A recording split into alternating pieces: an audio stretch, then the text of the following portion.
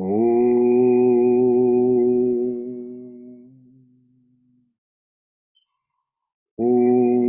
Sahana Vavatu Sahano Bhunaktu Sahaviryam Karavavahai Tejasvina Vaditamastu Ma Vidvishavahai. Om Shanti Shanti Shanti. Om. May the Divine Being look over us lovingly as a mother and father. May the Divine Being support and nourish us as a mother and father. May we have the strength and skill to study together the art of spirituality. May no misunderstandings arise amongst us. Om, peace, peace, peace, and beneficence be unto us and to all beloved beings everywhere. Well, good evening and namaste to you all. Welcome to our Wednesday evening reading and discussion of Bhagavad Gita, which is certainly one of the most powerful recordings of the art of spirituality. It's important as we listen to understand and take to our hearts that Arjuna is every person. He is our spokesperson. He is our spokesquestioner. He is our spokeslistener.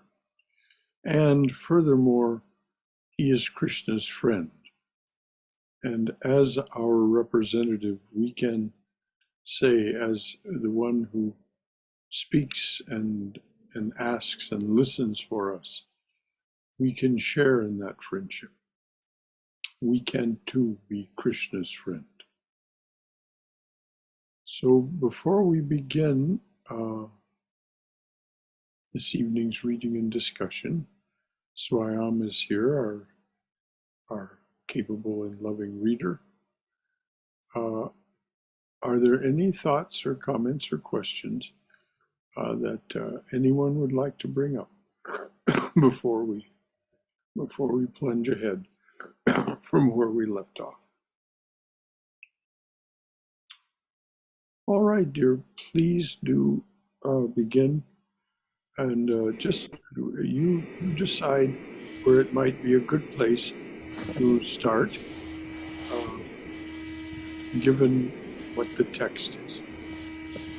Last time, good evening, everybody.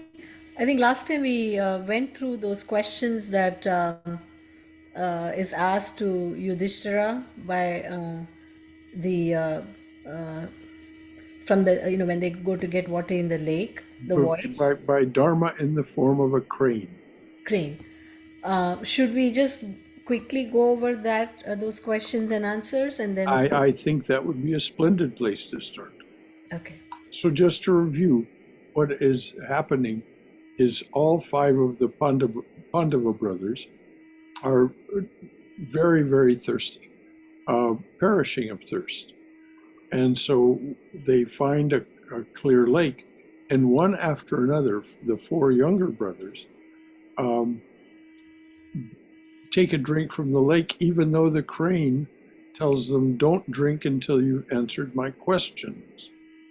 And they ignore him, take a drink, and fall dead. The fifth brother, the most senior, Yudhishthira, comes, finds them all four dead, and is, of course, very troubled. And the crane, he starts to take a drink, and the crane tells him the same thing, and he has the wisdom to listen and attend to what the crane says. And so the crane, which is Dharma, that has taken this form, which he finds out at the end of the sequence, Dharma itself has taken the form of this crane and asks him these five questions. So please go ahead, Swayam. What is the road to heaven? The crane asked. Truthfulness is the answer. How does a man find happiness? Through right conduct. What must he subdue in order to escape grief? His mind. When is a man loved? When he is without vanity. Of all the world's wonders, which is the most wonderful? That no man, though he sees others dying all around him, believes that he himself will die. Okay, How let's just pause. Let's just pause. Are there any comments or questions about anything that Yudhishthira has said? Hmm? Happiness is gained through truthfulness. Hmm? The mind must be subdued. The road to heaven is paved by right action, and so on. Anything at all from anyone before Swayam reads on? I think, Brother Shankara, that the wonders, of all the things, that even when man sees everybody dying all around him, believes that no man believes that he himself will die. And even, when we know, like, again, speaking for myself, I know that everything is going to come to an end, but there's always this underlying um, hope that, I guess hope is the best word I can use, that, well, it's not going to be today or it's not going to be tomorrow, Well, It's, why do we believe that we won't die? Because we are immortal. Underneath the mortality of this Stardust spacesuit is the immortality of our true original nature. So, this is the deep meaning of that question and answer. We don't believe we're going to die because we don't die. The body dies. And as Krishna will tell us in chapter 2 of the Gita, all we're doing is shedding a worn out garment. That's all. And if it's auspicious, if it's the right thing, we'll take another one. But then Krishna tells us over and over in different ways through the Gita, here's how to stop that process and escape the terrible wheel of rebirth and death, as he says at the end of chapter 2. So the deep secret of that question and answer, Yudhishthira's knowledge that, and wonderful is used in its original denotation, something full of wonder, not something necessarily good. Wonderful didn't used to mean that. Now it's taken on that connotation. Oh, that's wonderful, we say. And that's fine. But what is wonderful, full of wonder, is that we don't, though people are dying all around us, we don't believe we'll die because of the fact that we are immortal. We shall never die. Any comments or questions thank about you it? for that beautiful insight, Brother Shankara, because I never caught that the question, the word wonder and wondering in that question, in the way you explained. Makes it's a beautiful explanation. That's why we need these classes. Well, I've sat with a lot of very, very uh, wonderful swamis, the swamis that are, and nuns, monks and nuns, people who are truly full of the wonder of their spiritual truth. So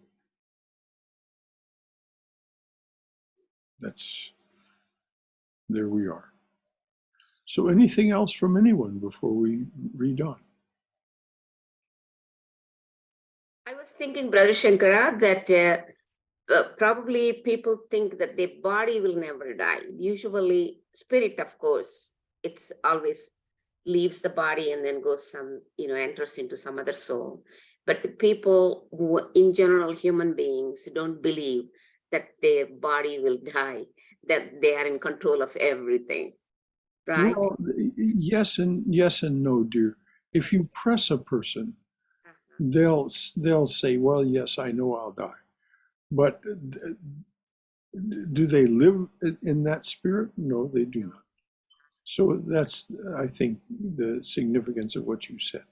They don't live in that spirit, even though if you press them, they don't like to talk about it. They don't like to talk about death. And, there are various explanations about why people fear and even dread death. So we won't go into that now. Yes. We're hearing what is said in the Mahabharata now, and then we'll go on into chapter 1 of the Gita when we're finished with this. Thank you both, Swayam and Haima, for those comments. Anything else from anyone? All right, please go ahead, dear. Okay. And the last question is, how does one reach true religion? Not by argument, not by scriptures and doctrines. They cannot help. The path to religion is trodden by the saints. Dharma was satisfied. He revealed himself to Yudhishthira. Then he brought the four brothers back to life. When the period of exile was over, Yudhishthira asked for the return of his kingdom, but Duryodhana refused. Yudhishthira said he would be content with just one village for himself and for each of his brothers. But Duryodhana, in the insanity of his greed, would not agree even to this. The older members of the family tried to arbitrate and failed. So war became inevitable. Neighboring kings were drawn into the quarrel until the whole of India was involved. Both sides wanted Krishna's aid. To both, Krishna offered the same choice. Either you can have the help of my kinsmen, the Rishinis, in the battle, he told them, or you can have me alone. But I shall take no part in the fighting. Duryodhana chose the Vrishinis. Arjuna preferred to take Krishna himself as his personal charioteer. The battle was fought on the plain of Kurukshetra, a sacred place of pilgrimage. It was here, just before the armies engaged, that Krishna and Arjuna had the conversation which is recorded in the Bhagavad Gita. Hold on just one moment. I just want to note that this place of pilgrimage, the plain of Kurukshetra, which is not that far from New Delhi, archaeologists have done research that satisfies them that there really was a huge battle fought at that place. Just when, there's some controversy about this, but you can look it up. The archaeology of the Kurukshetra plain and the Kurukshetra war, and read what the archaeologists, Indian archaeologists, and have done this, and I believe some. I forget which university it is here in the United States that participated in this. The archaeologists from that university. One of the universities well known for its archaeology school, but I don't remember. So it's an interesting thing that it is a historical, apparently an accurate historical fact, that there was a huge battle fought on that Kurukshetra plain. One of Naveen's cousin lived. I think she's passed away now, but lived in Hastinapur. So we actually visited that. I don't know if it's the original Hastinapur from then or a town name, but that's what they call that town. Well, the Kurukshetra plain is well known, as it was just said, it is a place of pilgrimage. I did not visit there when I visited India. So, anything else from anyone before Swayam reads on? Okay, dear, please go ahead. The battle lasted 18 days and ended with the death of Duryodhana and the complete victory of the Pandavas. Thereafter, Yudhishthira became undisputed ruler of India. He reigned for 36 years. The story ends with the pilgrimage of Draupadi and the Pandavas up the heights of the Himalayas to the abode of God. On the way, the queen and four of the brothers died. They were not sufficiently pure to be able to enter heaven in their human bodies. Only Yudhishthira, the royal saint, journeyed on, accompanied by his faithful dog. When they reached heaven, Indra, king of the gods, told him that the dog could not come in. Yudhishthira replied that if this was so, he would stay outside heaven too, for he could not bring himself to desert any creature which trusted him and wished for his protection. Finally, after a long Desert. That is means leave behind. I always have trouble between desert and desert. Right. He could not bring himself to desert. That is, leave behind, abandon his faithful dog. And so he said to Indra, actually, the story goes, it was to the gatekeeper, and this was referred up to Indra, who finally came himself to the gate and heard this from Yudhishthira himself. And so now we'll hear the rest of the story. But, Yudhishthira was unwilling to abandon his faithful dog. So please go ahead. Read that sentence again, dear, and then read on. Okay. Yudhishthira replied that if this was so, he would stay outside heaven too, for he could not bring himself to desert any creature which trusted him and wished for his protection. Finally, after a long argument, both dog and king were admitted. Then the dog was revealed as Dharma himself.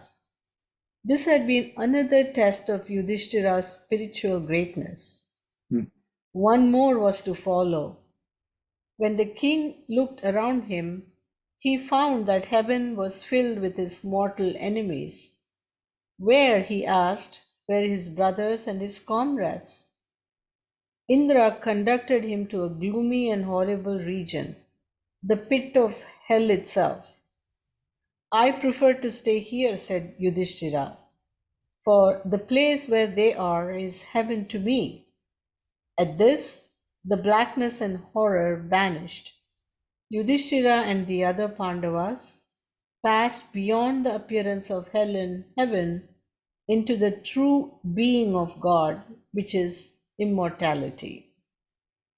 The Bhagavad Gita, meaning literally the Song of God, is not regarded by the Hindus as Shruti, scriptural teaching actually revealed by God to man, as is the Upanishads, but only as Smriti, the teaching of divine incarnations, saints or prophets, who further explain and elaborate the God-given truths of the scriptures. Shruti means that which is heard. The Vedas and the Upanishads, according to their own testimony, they heard these. They were given. And Krishna speaks in the Gita of having done this, of having told this to them. Arjuna's reaction is interesting. We'll get to that. But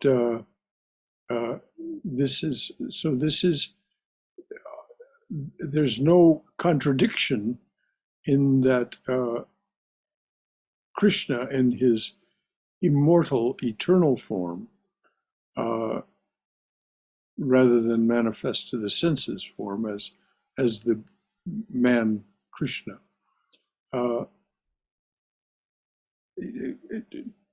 was the one who spoke these things to these sages, who then transcribed them, or they were later transcribed when writing was invented. They were handed down from verbatim for some time, apparently, before Sanskrit was reduced to a writing. Smriti means that which is remembered. Shruti means that which is heard. Smriti means that which is remembered, and is defined by Swami Prabhavananda here. It means those things that are said to us by divine incarnations. The Gospel of Sri Ramakrishna is also Smriti in that sense. So, and as are the teachings of Sri Chaitanya. And for that matter, the Ramayana. Anything else before we go on? All right, dear. Brother Shankara? Yes, dear. So is there, if any, what is the significance of Smriti versus Shruti, or vice versa? Well, Shruti, of course, being that which was heard directly from the voice of the eternal and changeless and infinite being, which we call Brahman or Atman, is felt to be just a little more authoritative than Smriti, that which is remembered. I mentioned among the Smriti is the Ramayana. Now, I was not aware of this until I had a long conversation one day about it with Aditya Chaturvedi, our Pujari and dear friend. And actually, I feel fatherly toward him. I call him Beta. About the Ramayana. We're familiar primarily with Valmiki's Ramayana. But there are many Ramayanas. Many. Virtually every language in India, according to Aditya, has its own Ramayana. And they are not identical. In the story that they tell of Rama, his birth, his incarnation as the prince of Ayodhya, and his encounter with and defeat of Ravana and his brother and sister, or in the accounts of what the other brother did. So this Smriti, because it is remembered, may be remembered differently. There doesn't seem to be that difficulty with the Gita. There apparently is only one Gita, and it has been found in many, it's been set down in many scrolls and the way things were written, those folded books and so on, because it was done by hand. It wasn't printed. But apparently, and there's very little difference between them. Very little, apparently. And the scholars have studied this closely. This is also true of the Vedas. The Vedas have been found all over India, transcribed in this way. And tiny little differences here and there, where the scribe either made a mistake or was inattentive or whatever. So Shruti is regarded as more authoritative than Smriti, but the Gita is perhaps something of an exception to that. Thank you. Mm-hmm. Nevertheless, that Gita is the most popular book in Hindu religious literature, the gospel, one may say, of India. It has profoundly influenced the spiritual, cultural, intellectual, and political life of the country throughout the centuries, and it continues to do so today. Every Westerner should study it if he wants to understand the mental processes of India's thinkers and leaders. The date of the Gita is generally placed by scholars somewhere between the 5th and 2nd centuries BC. Most of them agree that it was not originally a part of Mahabharata itself, but this does not necessarily mean that it was composed later than the epic. It seems to have existed for some time independently. In the Gita dialogue, there are 4 speakers: King Dhritarashtra, Sanjaya, Arjuna, and Krishna. Dhritarashtra is blind. The sage Vyasa, who is traditionally supposed to be the author of the Gita, offers to restore his sight in order that he may watch the battle of Kurukshetra. But Dhritarashtra refuses. He cannot bear to see his kinsmen killed.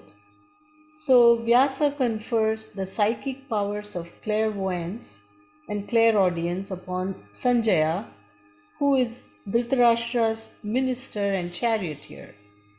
Can just hold on to this one.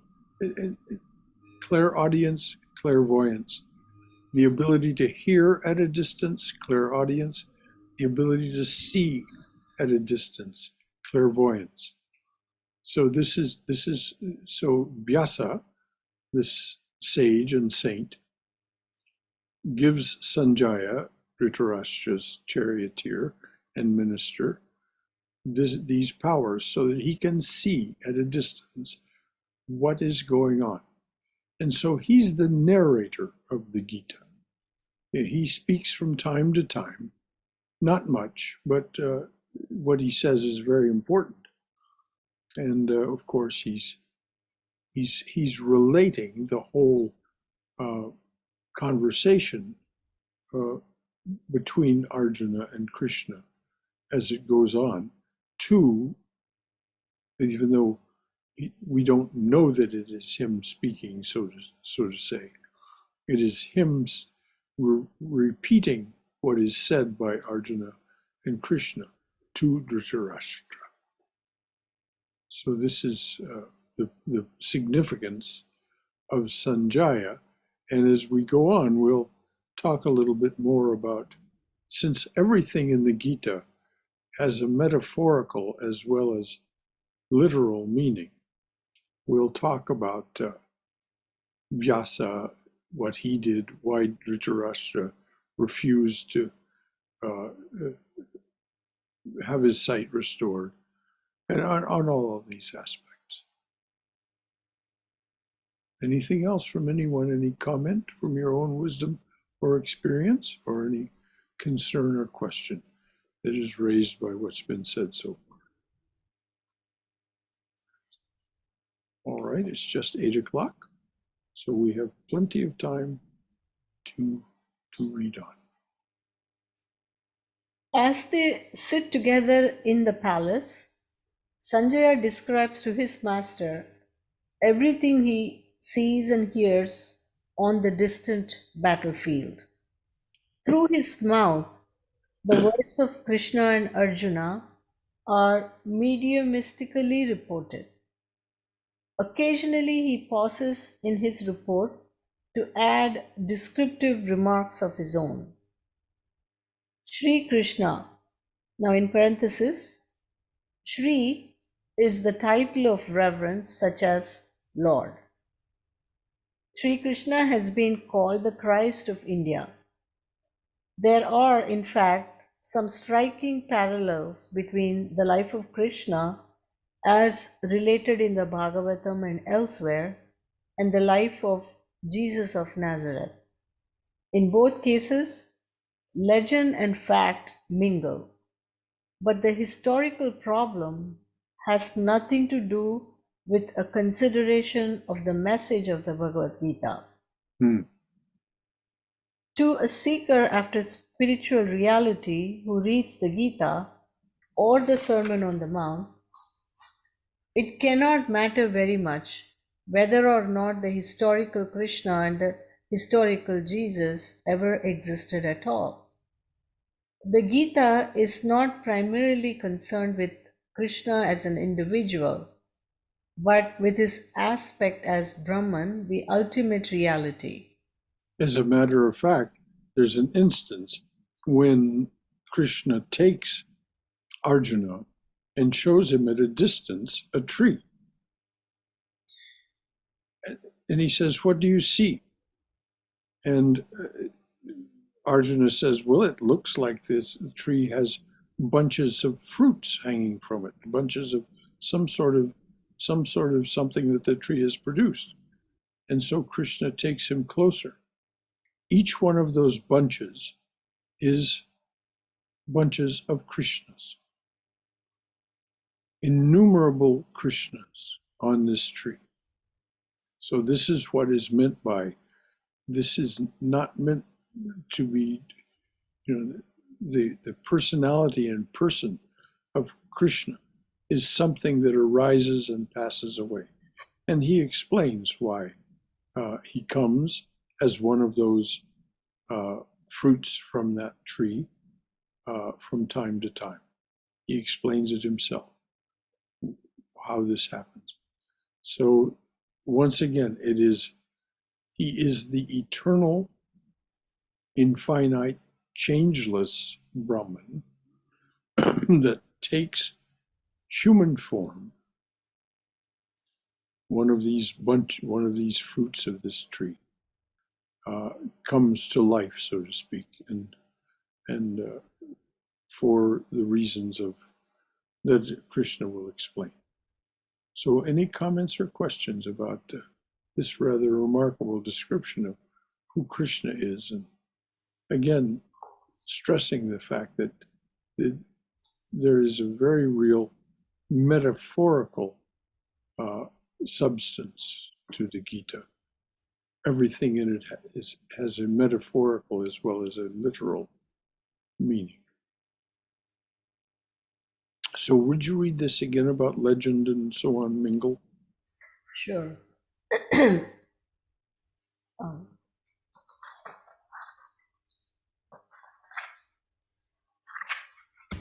To a seeker after spiritual reality who reads the Gita or the Sermon on the Mount, it cannot matter very much whether or not the historical Krishna and the historical Jesus ever existed at all. The Gita is not primarily concerned with Krishna as an individual, but with his aspect as Brahman, the ultimate reality. When Krishna addresses Arjuna, he sometimes speaks as an individual, but often as God himself. For I am Brahman, within this body, life immortal, that shall not perish. I am the truth and the joy forever. Arjuna, in his attitude to Krishna, also expresses this dual relationship. Krishna is the divine incarnation of Vishnu, Arjuna's chosen deity. Arjuna knows this, yet, by a merciful ignorance, he sometimes forgets. Yeah, Indeed, Krishna literally pulls the wool over his eyes so that he isn't constantly aware, because they're friends in their human garb, in their human suits. They're chums and do a lot of partying together, as is related in various aspects of the Mahabharata. So, and I mean, the Bhagavata and so on. You know, they live the life of kings together, royal beings. So it's an interesting relationship that Arjuna has. And as I said early on, we are to think of Arjuna as ourselves. Arjuna is the personage that is in relationship with the divine, as a friend, as a comrade, and also as a disciple. Any comments or questions from anyone else? um, why is Vishnu here referred as the deity? Well, he is a god. He is one of the Hindu trinity. Right. Brahma, the creator, Vishnu, the sustainer and protector, and Shiva, the transformer, the so-called destroyer. But actually, it's all about transformation rather than destruction. Nothing can be made anew until it is disassembled. So it's disassembled and then recreated in its new name and form. So this is the role of Shiva. Vishnu is the sustainer and protector. As such, he is the one who incarnates uh, in such a way that we become aware of it. Shiva also incarnates, Brahma apparently not. But Shiva also incarnates, but not in a way that is known to us. Hanuman was said to be a partial incarnation of Shiva. He always comes with Vishnu when Vishnu comes to do his job as a human incarnation, but in some way that is not directly identifiable with Shiva. Swami Vivekananda was said to be an incarnation of Shiva. One time, Swami Turiyananda, who had the responsibility of looking after Swamiji toward the end of his life, Swamiji told him to come and wake him from a nap at a certain time in the afternoon. Well, Turiyananda came to his room, and instead of Swamiji's body lying on the bed, there were 12 Shiva Nataraj. Shiva means that Nataraj means dancing Shiva. There were 12 of them in a circle, arms on one another's shoulders, dancing in a circle. Of course, Turiyananda didn't say or anything. This is what he saw behind the mosquito curtain. This is his own testimony. So of course he withdrew, and he came back after a while, and that was no longer what was present on Swamiji's bed, but Swamiji's sleeping body was there. So then he woke him as requested, and so this is Shiva also takes form. Kashmiri Shaivism has a lot of documentation of this. The Shiva Puran tells a lot about the various ways in which Shiva appears in our time, space, and causation without being known. So the words God and deity are synonymous? God and here often refers rather than to the deity within time, space, and causation. It refers to the Godhead, which is Brahman or Atman. So, but it is confusing because sometimes it's ambiguous exactly what Krishna means when he says it. Sometimes he's very explicit, sometimes he's a bit ambiguous when he uses the word God. But there's no question that he is Vishnu, because when he, in one of the chapters of the Gita, he gives Arjuna divine sight so that he can see his eternal uh, uh, form in its universal form, all of the aspects of himself. And so instead of Vishnu, what uh, Arjuna sees with these, given this divine sight, he sees all of the aspects of the sustainer and protector. Now, the protector has its terrible forms as well as its benign forms, because there are people that and beings are called asuras and daityas that we need protection from. And so these terrible forms are there as well. Anyway, Arjuna sees all this, and soon, and quite soon actually, pleads with Krishna, "Oh, please resume your familiar four-armed form." That is, Vishnu has four arms. The sustainer and protector deity, God, in that sense, has this form with four arms. We can see the pictures of Vishnu on the reclining on the snake. I've forgotten the name of the snake now, but with his four arms, and with Lakshmi with him, the goddess Lakshmi, the goddess of it's normally regarded as wealth in the financial sense, but it's wealth in all of its deeper meaning as well, the goddess of wealth. So this is what's meant by Vishnu as a deity. And as I said, sometimes Krishna speaks as the Godhead, and there's even a footnote from time to time with some little explanation about this. There isn't a lot of commentary in Swami Prabhavananda's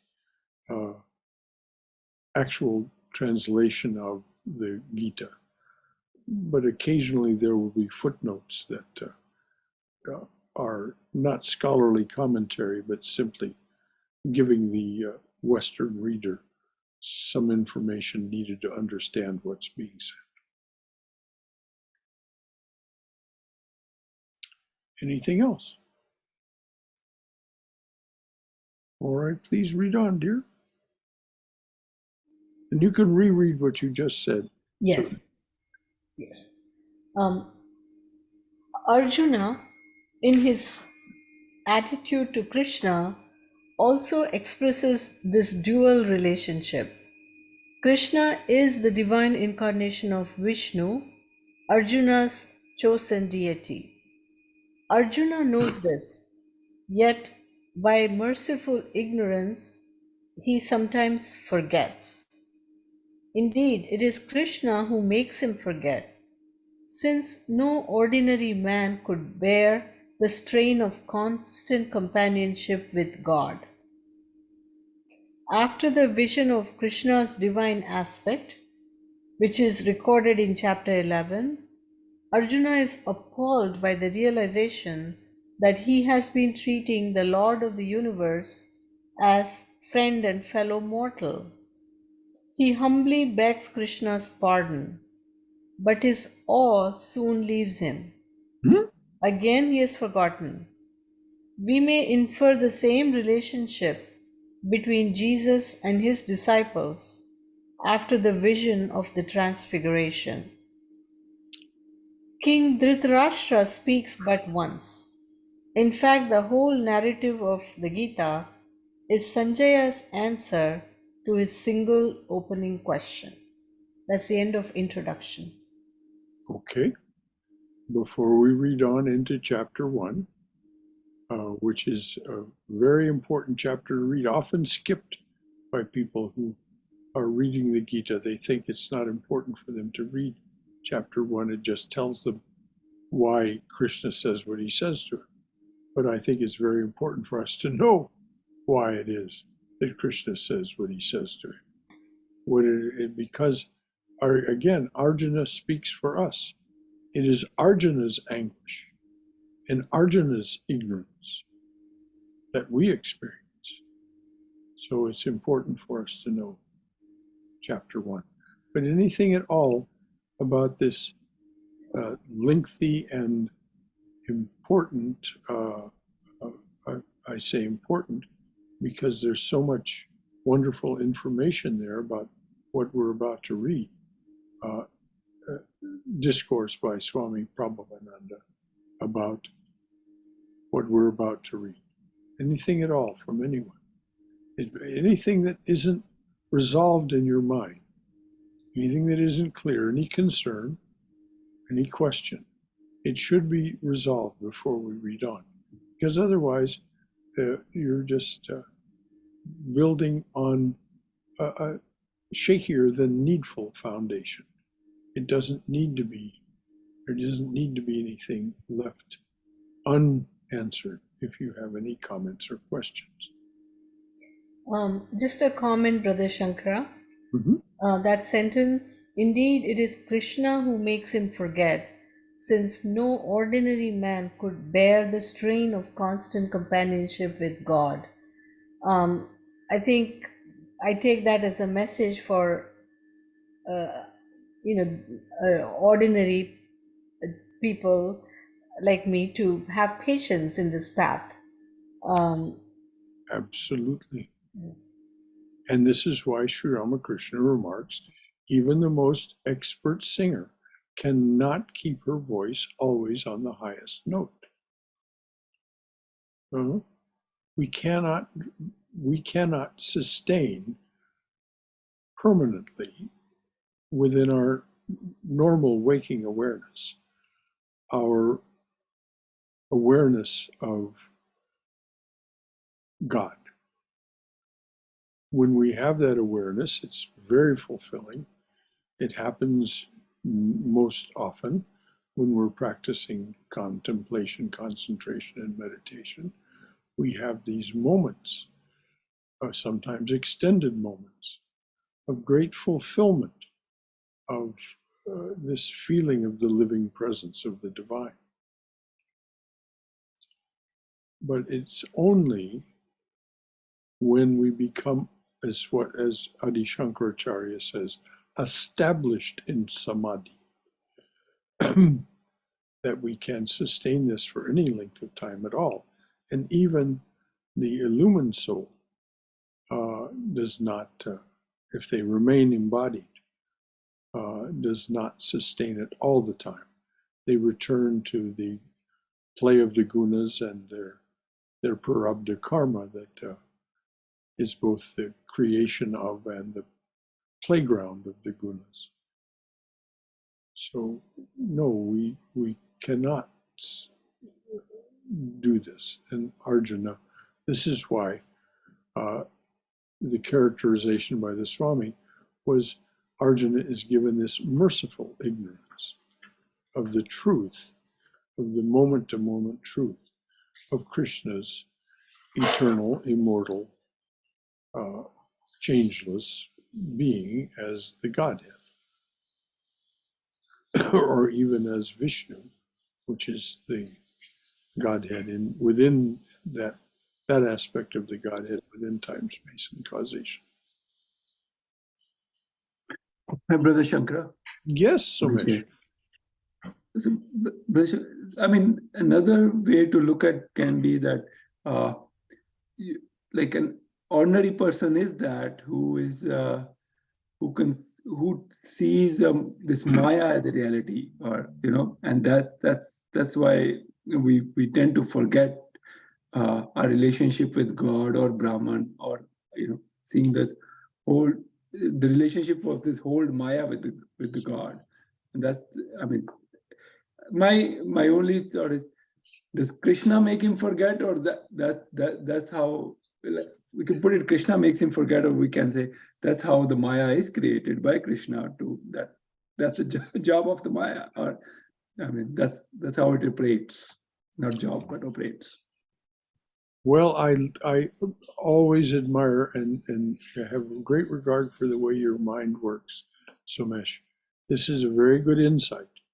It is, of course, this is where it crosses the line from literal to metaphorical. And so what's at work here? And at one point, Sri Krishna is very explicit that it is his gunas doing all this. And it's what he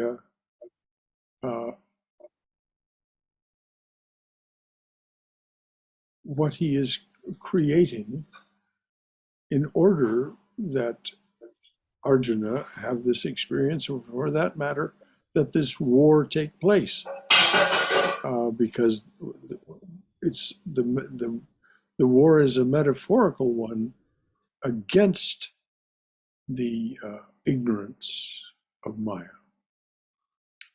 The Kurukshetra war is, in that sense, as spoken of in the Gita, metaphorical. And what you've done is prefigured or foreshadowed what exactly I'm going to talk about this Sunday, the identicality, even within bhakti, even within the bhakti path of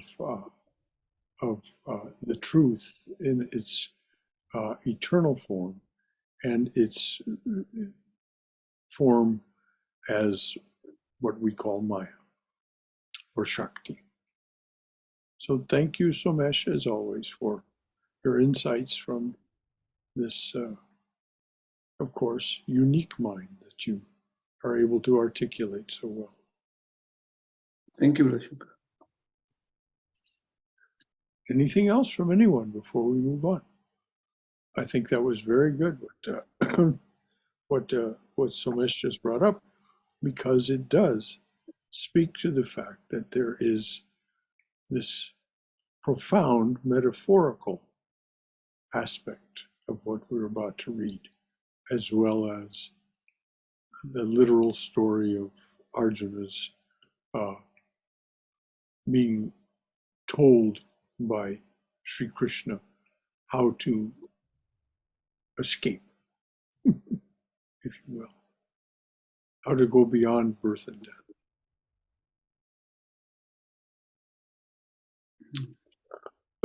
How are we doing for time?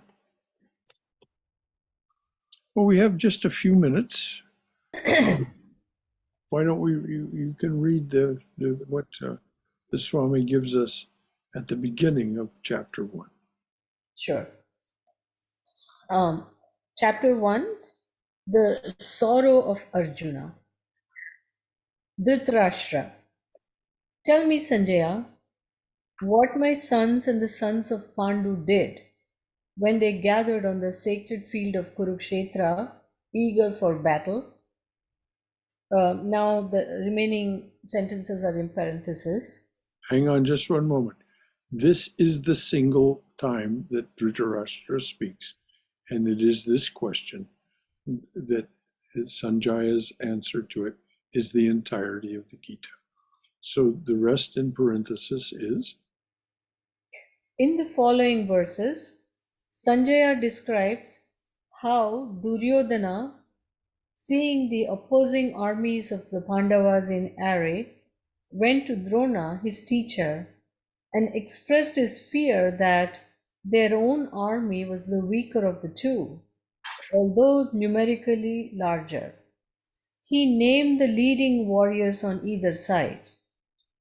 This is one of the catalogue passages to be found in nearly all epics. It need not be translated in full. In order to raise Duryodhana's failing courage,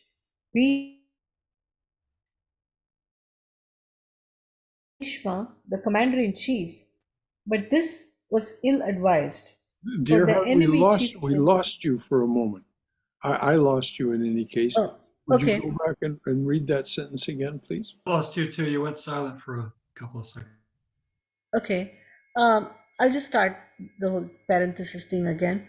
In the following verses, Sanjaya describes how Duryodhana, seeing the opposing army of the Pandavas in array, went to Drona, his teacher, and expressed his fear that their own army was the weaker of the two, although numerically larger.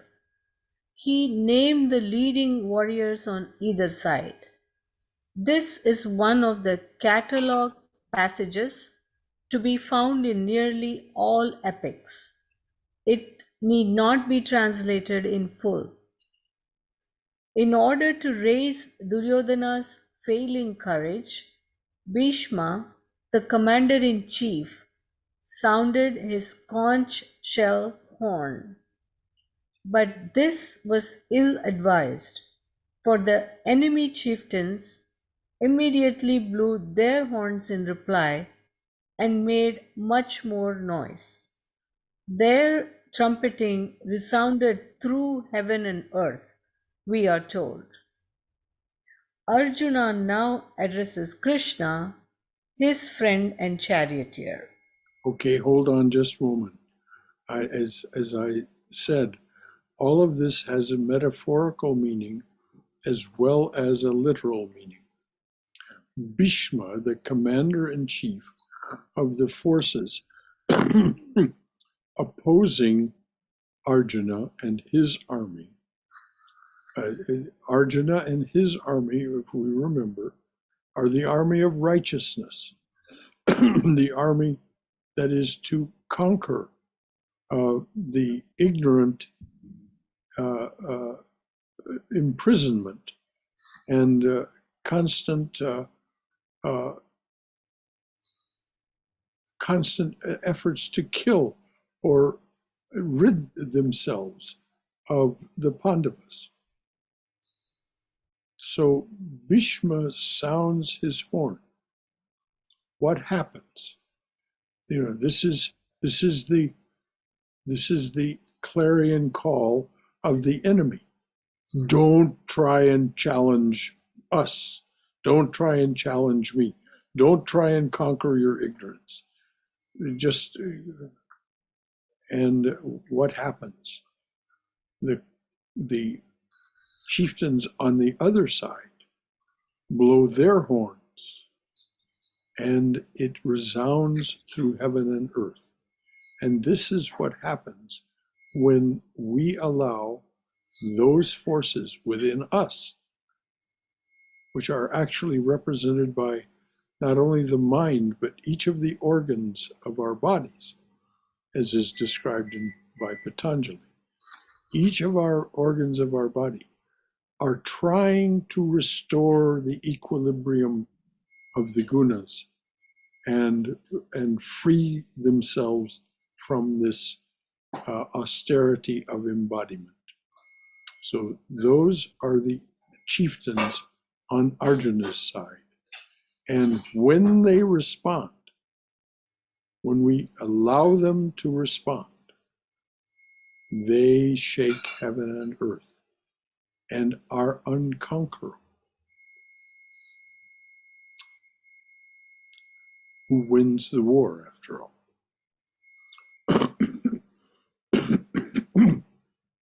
Any comments or questions about that? Brother Shankara, it says, but this was ill-advised. Does it mean Bhishma is encouraging Duryodhana? Duryodhana had the failing courage. Bhishma is trying to tell him, no, you don't have to be discouraged. And then he started his conch shell horn. But that is ill-advised. Is that what it is? Ill-advised means what? Ignorant. Exactly. That's Duryodhana. He he It's supported him. Bhishma's ignorance. He's the commander-in-chief.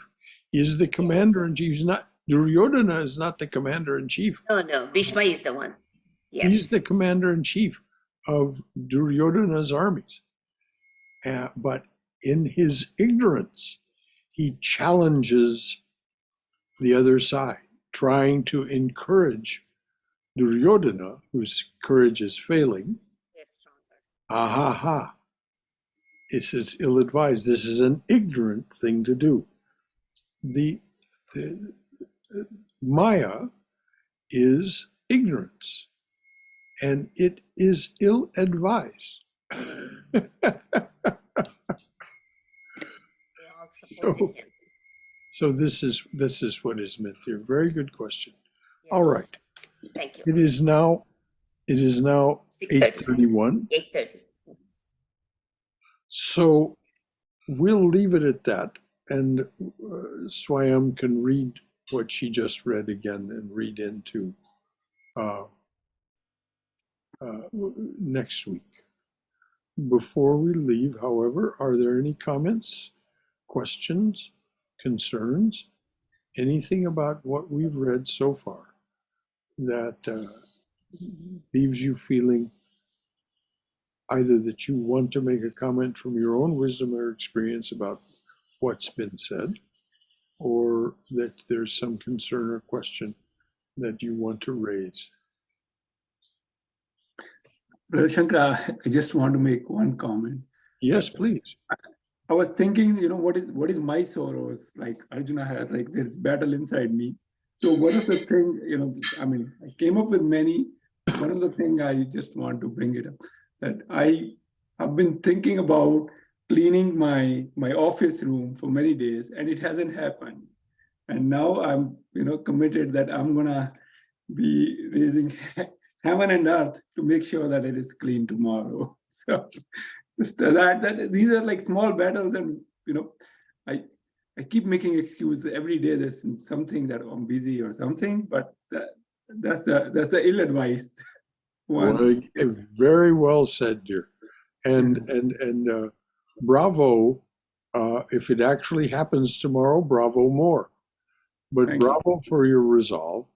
And of course, we all know exactly what you mean. And the word procrastination is used as if it were somehow a bad thing.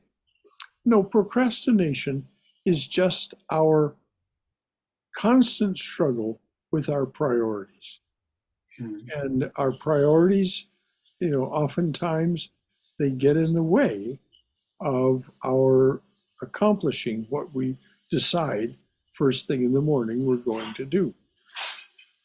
And as there's a talk devoted to that I give from time to time. And the title of the talk is, What Deserves My Attention? Because our attention gets drawn away from what really deserves it time and again. And this is called, in a scornful way, procrastination. There's nothing wrong at all. It's just the natural way of our. But as you said, you now sounded the clarion call, and well, good on you.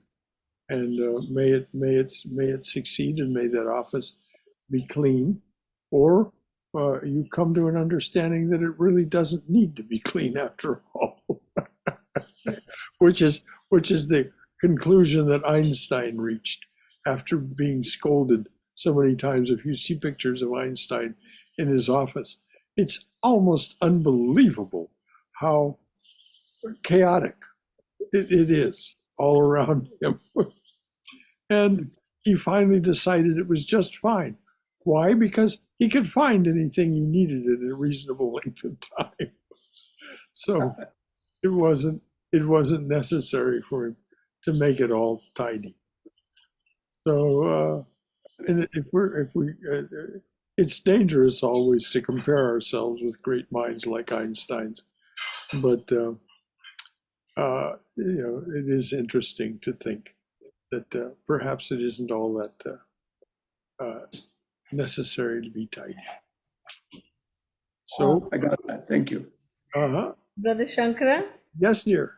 by coincidence, I happened to listen to one of the short clips of TED Talk of Adam Grant. I think he's like a behavioral psychologist or something like that, on the surprising habits of original thinkers. Yes. And he says that procrastination is one of their habits. Yes.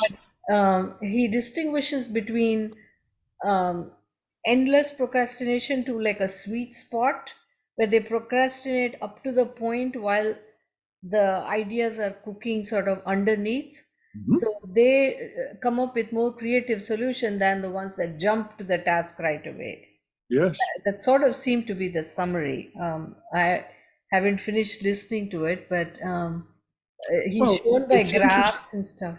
It's interesting what happens in the mind when we feel the pressure of things that we think we should get done. It's somehow the mind then invents or creates these other more inspiring thoughts. Oftentimes, like when we're just about to go to sleep, or just waking up from sleep, or when we're in the shower, or driving, or otherwise unoccupied, and can't do the things that we've resolved to do. Anyway, you're right. There are many of these talks about the capabilities, and it's interesting. Yes. So Somesh might come up with a creative way to do his office that has been working underneath. Now tomorrow it will manifest.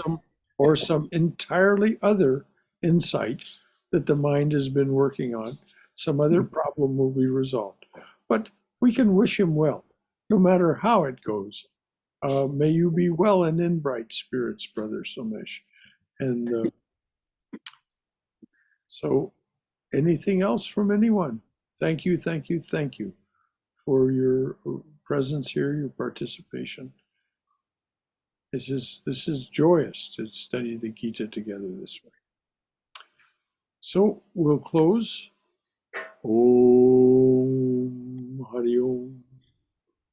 Om Asato Ma Satgamaya. Tamaso Ma Jyotirgamaya. Mrityorma Amritangamaya. Abir Moiti. Oh, dearly beloved, lead us from the unreal to the real.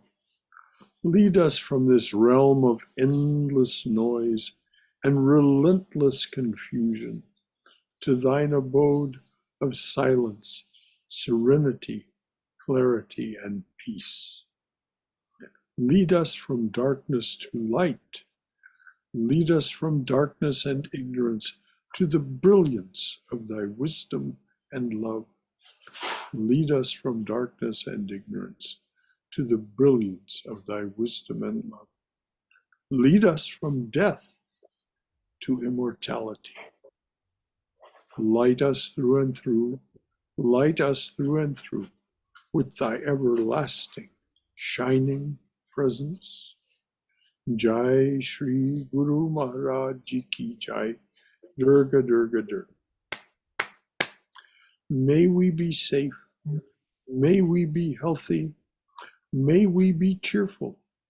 May we have peace of mind. And may we be always and know we are always in the loving and protective embrace of the Divine Being as our Mother and Father.